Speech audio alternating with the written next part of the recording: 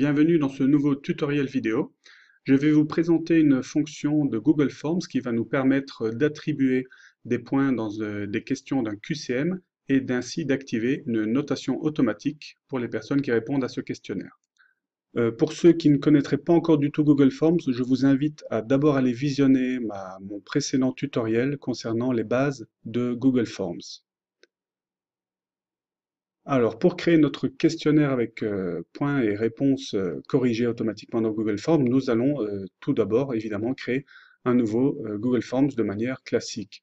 Donc, dans notre Drive, nous faisons Nouveau, nous allons dans Plus, et nous cliquons sur Google Forms. Nous retrouvons donc un formulaire classique, Google Forms, que nous allons donc tout de suite renommer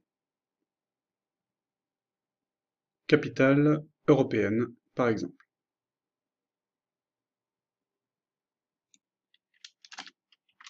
Sans faute, c'est mieux. On clique, ça renomme automatiquement. Avant même de commencer à écrire les questions, les réponses, nous allons aller voir dans les paramètres comment préciser à notre Google Forms que nous avons ici à faire un questionnaire, un QCM avec réponse automatique corrigée. Donc nous allons dans Paramètres, dans l'onglet Questionnaire, et on va faire Convertir en questionnaire. Les options du questionnaire, publier la note, donc ça veut dire que les gens qui vont répondre pourront immédiatement voir leur note. Les répondants peuvent voir les éléments suivants, question, réponse incorrecte, bonne réponse, nombre de points. Nous allons tout laisser comme ça pour le moment, après libre à vous de changer les différentes options. Nous allons voir en pratique comment cela se présente. Dans la description, nous allons écrire, préciser le pays correspondant. Voilà. Donc comme question, nous allons mettre Bucarest. Nous allons proposer trois réponses possibles. La Bulgarie,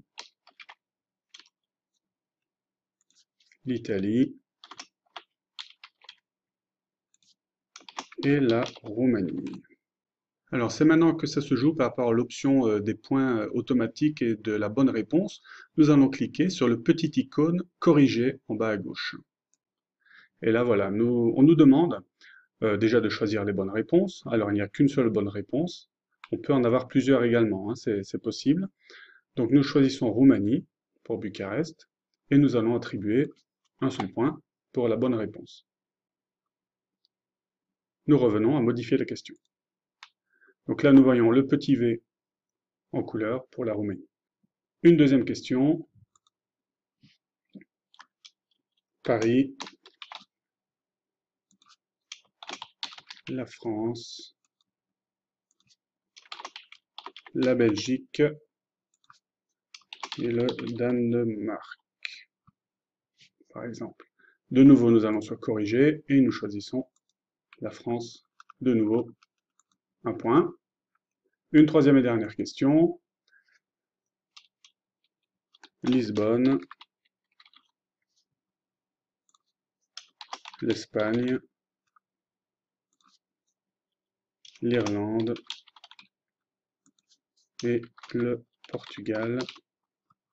De nouveau corrigé avec le Portugal et un point.